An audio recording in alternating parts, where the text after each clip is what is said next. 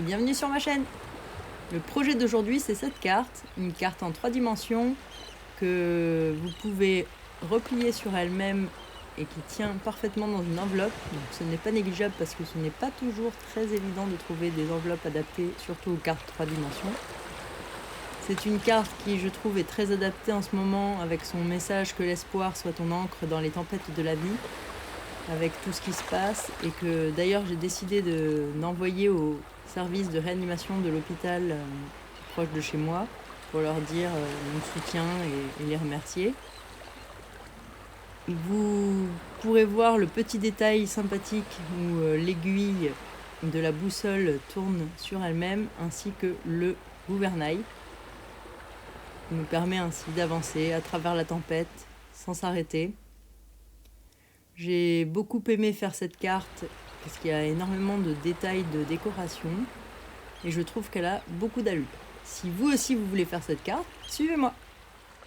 Comme d'habitude, vous retrouverez tous les plans de découpe, de marquage et les courses nécessaires sur mon blog, donc pas la peine de mettre pause. Vous verrez que les mesures sont à la fois en centimètres et en inches, tout dépend de votre préférence. Il vous faut un morceau de papier cartonné doux suède qui mesure 10,8 par 28 cm et deux morceaux identiques de 5,4 par 28, toujours en doux suède. Il vous faudra aussi du papier bleu nuit, un morceau qui va mesurer 5,1 par 13,6 et deux morceaux identiques de 6,7 par 5,1 qui vont nous servir à faire le matage des panneaux qui viennent devant.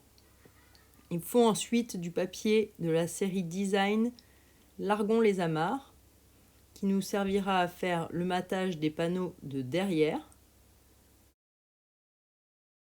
Ce papier est issu du set Largon les amarres qui propose des papiers de thème marin avec des roses des vents, des petits phares, beaucoup de raies, des voiliers et des cartes marines, des compas.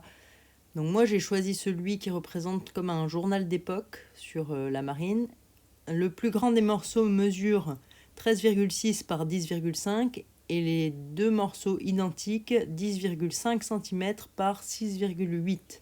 J'ai utilisé des chutes de papier de la couleur murmure blanc pour l'étiquette, le phare et le voilier ainsi que l'encre. Des chutes couleur macaron à la menthe et pampinpan pour faire les algues.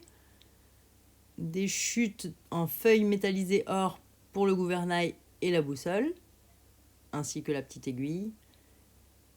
Et enfin, j'ai utilisé le set de tampons Terre à l'horizon dans sa quasi-intégralité, puisque j'ai pris l'encre, le voilier, le phare, la boussole, le message. Quasiment tout a été exploité. Avec ce set de tampons, il y a un set de dies assorti dans lequel j'ai utilisé aussi les dies correspondants, donc le voilier, le phare, etc. qui vont nous permettre de faire toutes les découpes de nos décorations, à l'exception du cadran de la boussole pour lequel j'ai utilisé le set de dies pyramide de cercle en prenant les cercles numéro 2 et 4 quand on va du plus petit au plus grand, dans les cercles non festonnés.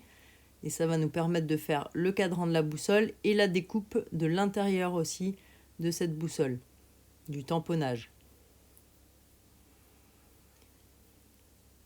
Il me faut aussi de la ficelle à rôti bleu nuit et sable du Sahara pour égayer un petit peu notre sentiment. Et des attaches parisiennes métallisées. Alors j'ai choisi la couleur cuivre, c'était pour différencier un petit peu des feuilles métallisées or, mais vous pouvez très bien les mettre en or si vous préférez, ou en argent. Il y a les 3 couleurs dans le petit paquet qui vous est proposé, et j'ai pris la plus petite des tailles. Nous allons maintenant pouvoir passer au marquage de nos différents morceaux. Donc le principe, c'est d'utiliser le massicot. Alors je reviens 2 minutes avec vous sur le nouveau massicot. Les indications du bas sont en inch et celles du haut sont en centimètres. Donc tout ce que je vais vous donner, c'est en centimètres, mais vous pouvez aussi le réaliser avec les indications en inch que vous trouverez sur le blog. Donc pour le plus grand des morceaux de papier cartonné doux Suède, il faut marquer un premier pli à 7 cm. Pour cela, vous placez votre papier sur le 7 et ensuite, grâce à l'instrument gris clair, le gris foncé c'est celui qui découpe, donc on va le mettre à part pour ne pas se tromper.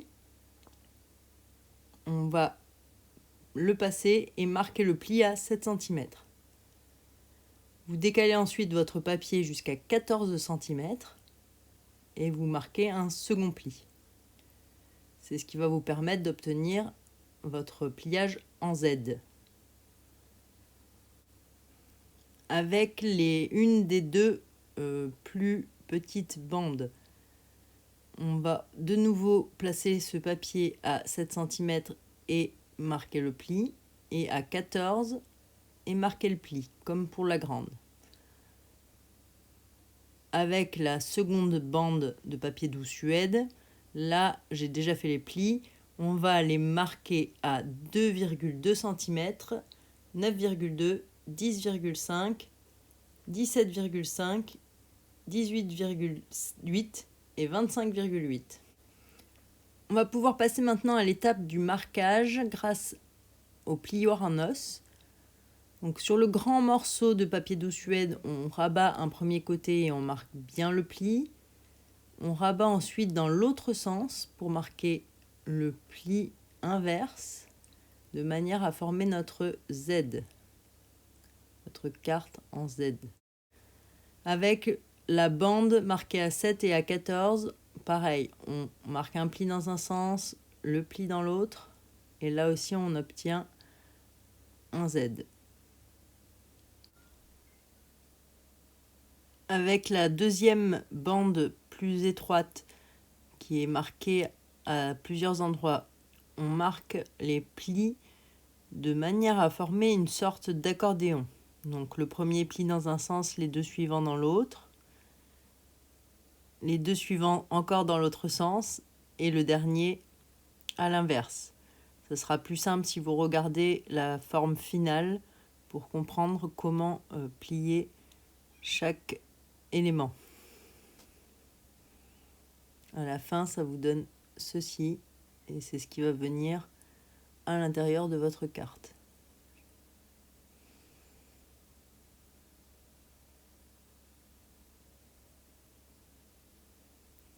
Sur le morceau de papier murmure blanc, je vais tamponner nos différents éléments de décoration. J'ai choisi de faire le phare ainsi que le voilier dans l'encre couleur bleu nuit pour les assortir à la carte, les faire ressortir un petit peu. Pour ce qui est de l'encre et de la boussole, j'ai choisi l'encre de couleur brune dune qui est un ton en dessous de celle doux Suède qui est la couleur de fond de la carte. Je trouvais que ça faisait un petit peu plus gai, que ça faisait ressortir mieux le motif. Et surtout que ça s'alliait pas mal aussi avec le contour doré de la boussole. Enfin, pour le sentiment, j'ai choisi l'encre couleur béguin bleu, qui pareil est un petit peu plus gai que celle bleu nuit, et qui était bien assorti avec le reste de la carte. Une fois qu'on a tamponné tous nos éléments, on peut passer à la découpe. Donc je vais installer tous mes dies autour de mes tamponnages et les passer ensuite à la Big Shot. Donc là, je vous montre simplement quels dies vont sur quel tampon. Mais pour les passer dans la Big Shot, ce que je fais très souvent, c'est que je rajoute un petit morceau de masking tape pour être sûr qu'il ne bouge pas. Parce que la Big Shot que j'ai n'a pas de plaque magnétique, donc il risque de bouger quand on les installe à l'intérieur. Pour la boussole, c'est ce que je vous expliquais au départ. Donc il faut utiliser le cercle numéro 2 de la pyramide de cercle. Donc je fais tout ça et je reviens vers vous. On a maintenant tous nos éléments découpés. Il nous reste à découper le cadran de la boussole ainsi que l'aiguille, toutes les petites algues, le cordage que j'ai installé tout autour. Donc pour faire ça, on va utiliser le dies qui est en forme de corde et qui a l'avantage de, en plus, faire un relief, c'est-à-dire qu'il embosse en même temps qu'il découpe. Il y a le petit nœud qui est assorti, notre gouvernail, la petite aiguille et nos algues. Le petit gouvernail va donc aller sur le papier métallisé doré. Pour les algues, j'ai utilisé donc le macaron à la menthe et je vais faire 2 découpes dessus. La seconde algue va être découpée dans le pan-pimpant 2 fois aussi. Et la petite aiguille, j'avais préparé plusieurs chutes, mais en fait une seule suffira pour le gouvernail et l'aiguille. Et la dernière chute servira pour faire le contour de la boussole. Donc là, vous installez les 2 cercles en veillant à ce qu'ils soient bien alignés et que le plus petit soit bien centré. Là aussi, vous pouvez utiliser du masking tape. Donc je refais tout ça et je reviens vers vous. J'ai aussi oublié de préparer ce qui concerne la découpe du cordage. Donc là, j'ai utilisé le papier cartonné Doux Suède. On va faire 3 fois la corde et 1 fois le nœud. Voilà ce que l'on obtient une fois toutes les découpes réalisées. On va du coup pouvoir passer maintenant à l'assemblage de notre carte. On reprend le fond de carte plié en Z, donc celui qui est le plus haut, ainsi que nos panneaux de matage dans le papier de série design Largon les amarres. Et on va venir les coller sur le fond de carte grâce à la colle multifonction. Donc pour ça, vous mettez un petit peu de colle tout autour et 2 traits au milieu. Pas la peine d'en mettre beaucoup parce qu'elle colle assez vite et très très bien. Donc le principe, c'est d'installer les 3 panneaux en laissant une petite lisière, une petite bordure tout autour et en essayant d'être alignés les uns par rapport aux autres. On va passer maintenant à l'installation du mécanisme intérieur. Donc ça, c'est presque la partie la plus compliquée. Il va falloir mesurer l'écart pour pouvoir le coller comme il faut. Donc pour ça, j'ai utilisé mon réglé et mon crayon à papier et on va prendre une mesure qui va partir du pli, j'allais dire central, et on va compter 2,2 cm qui correspond à l'épaisseur du premier pli de notre mécanisme intérieur. À partir de ce 2,2, vous décalez et vous comptez 1,3 cm. C'est l'épaisseur du second pli. Et encore une fois, 1,3 cm.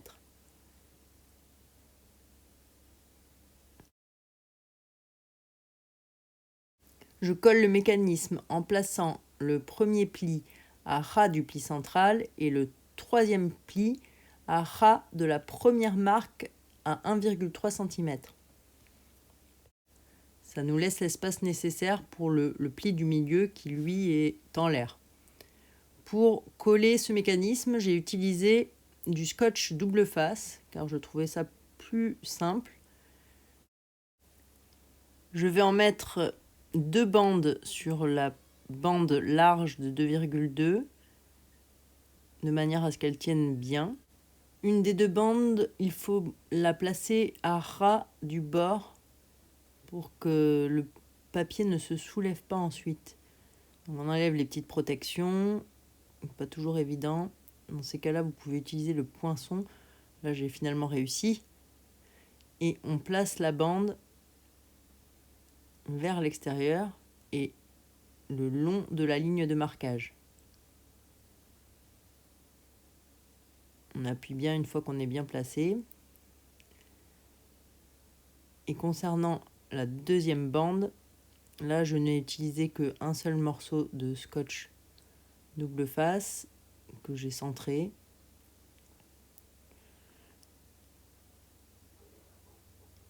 Et on vient l'appliquer à ras de la première marque de 1,3 cm, entre les deux marques en fait. En essayant bien sûr d'être le plus droit et le plus perpendiculaire possible. Voilà, notre mécanisme est en place. On va pouvoir maintenant décorer la bande qui va se placer devant ce mécanisme. Donc c'est celle avec les panneaux de matage bleu nuit. J'avais décidé au départ de laisser ces panneaux tout simples et il se trouve que avec le set de tampons terre à l'horizon et les dies assortis, il y a un plioir à gaufrage qui s'appelle Haute Mer qui est vendu avec et qui vous permet de faire un effet de vague. Là, ça me paraissait vraiment naturel de venir l'ajouter sur cette bande qui venait devant et qui me donnait tout mon relief pour ma carte marine. Vous installez les morceaux de papier cartonné à l'intérieur du plioir, on le passe dans la Big Shot et voilà ce que ça donne. Ensuite, on obtient du papier avec un relief et nos petites vagues pointues sont apparues.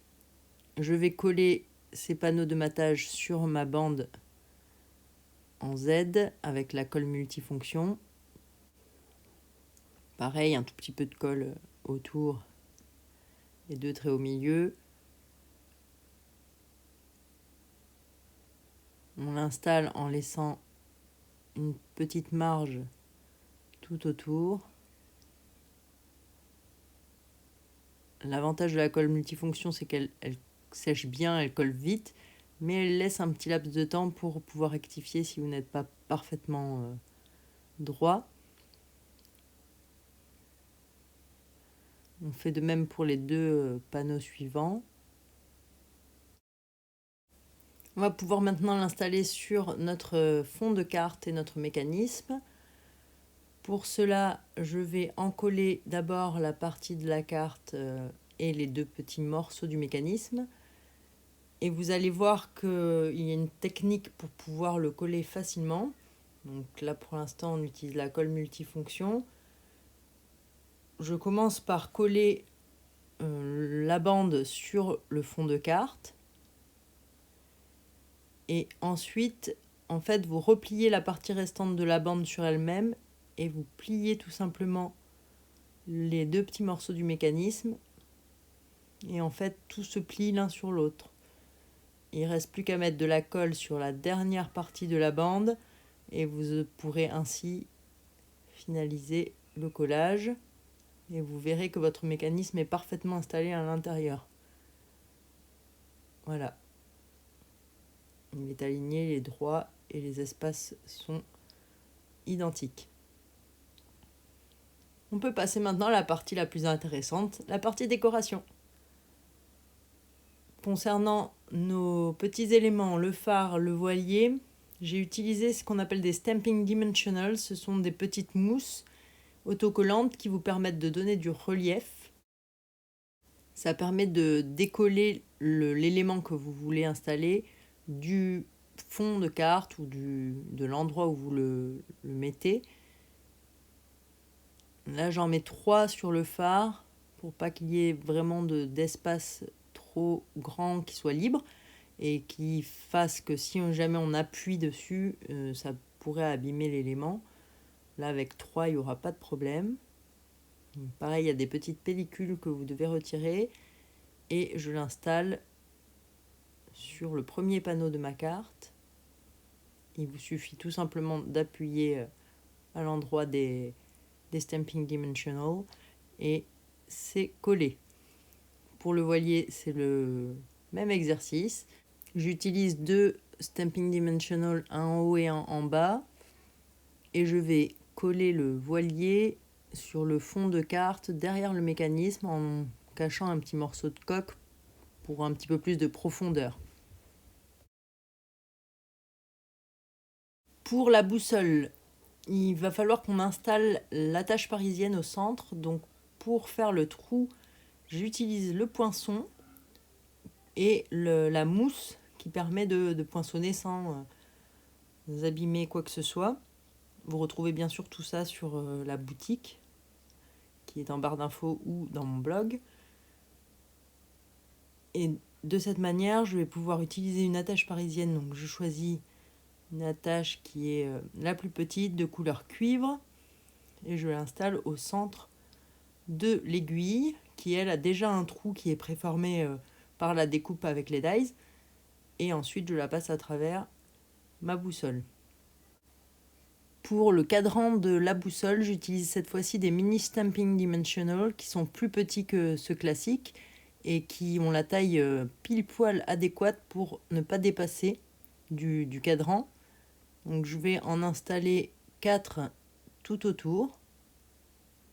Le plus simple, c'est de mettre la face plate de part et d'autre. Comme ça, on est sûr qu'il ne dépasse pas. J'ai utilisé là encore des Stamping Dimensional pour pouvoir en fait placer ensuite le centre de ma boussole qui va lui être forcément en relief puisqu'il y a l'attache parisienne qui ne nous permet pas d'utiliser la colle multifonction. Je place le cercle sur le fond de carte à l'endroit où je veux et je vais ensuite coller le fond de la boussole avec là aussi des Stamping Dimensional qui seront eux des classiques, pas des mini, et qui vont me permettre de le mettre au même niveau que le cercle extérieur. Ça bloque aussi le mécanisme de l'attache parisienne, ça empêche qu'il ne tourne sur lui-même et ça permet de mieux faire tourner l'aiguille si on en a envie. D'ailleurs, quand on installe l'attache parisienne, il ne faut pas trop la serrer si on veut faire tourner l'aiguille. Sinon, ça va se bloquer et on ne pourra pas du tout faire tourner l'aiguille. Donc vous la serrez, mais très peu. Et voilà notre petite aiguille qui tourne sur elle-même et qui nous indique le nord. Pour le gouvernail, le principe est le même. Là aussi, le trou est déjà préformé lors de la découpe avec la Big Shot. Donc vous installez votre attache parisienne au centre. Et là, le souci, c'est que je n'y ai pas pensé avant, mais il fallait faire le trou pour pouvoir installer ensuite notre gouvernail.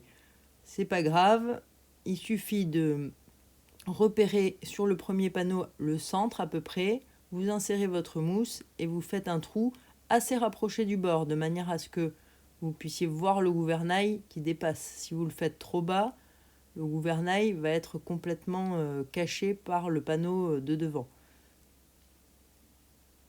Là encore, il ne faut pas trop serrer l'attache parisienne. Et voilà, vous obtenez votre petit gouvernail qui tourne.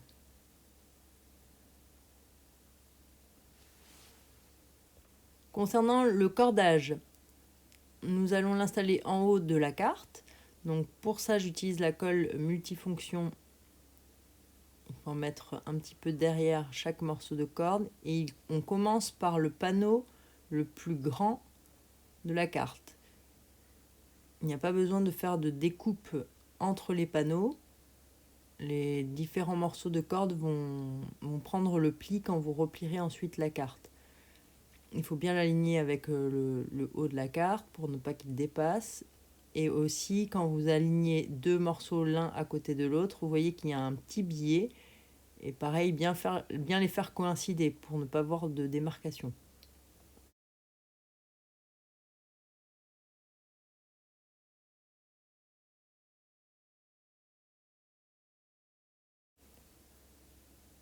Pour le dernier morceau, mettez un petit peu de colle sur un des bouts. Pas la peine d'en coller tout le morceau puisqu'on va là par contre devoir le redécouper. Vous l'alignez bien avec celui d'avant. Et vous faites une découpe au ciseau légèrement en biais pour que ça suive le cordage et les lignes du cordage.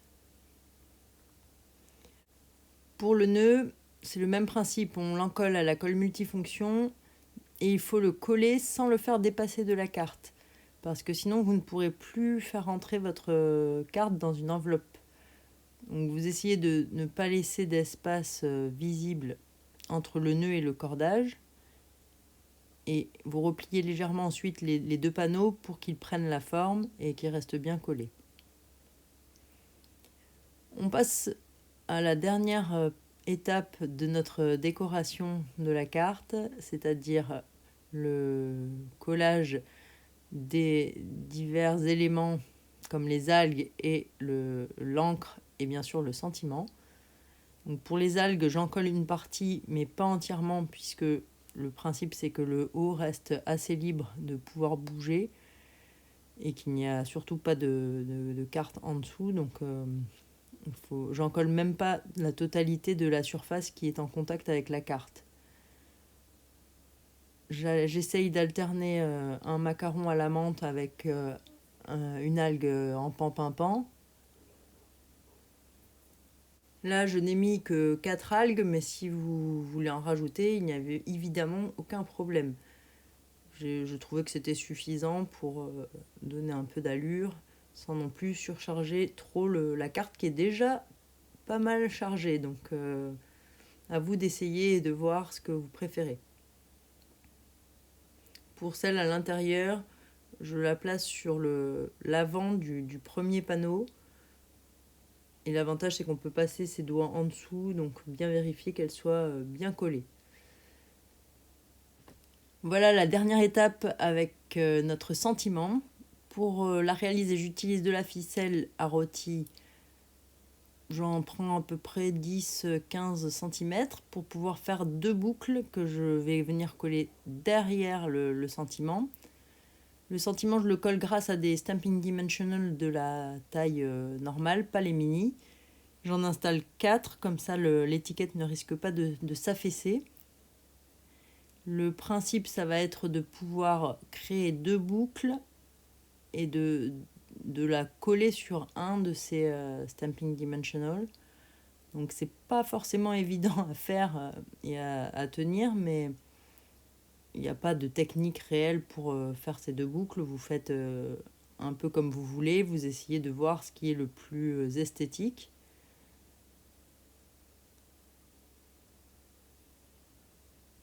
En laissant bien sûr dépasser un petit peu de la fin du nœud, enfin des boucles sur le côté, c'est toujours un peu plus joli. Et ensuite, il ne reste plus qu'à positionner le sentiment là où vous voulez et à bien appuyer sur les Stampin' Dimensional pour qu'il colle à votre carte.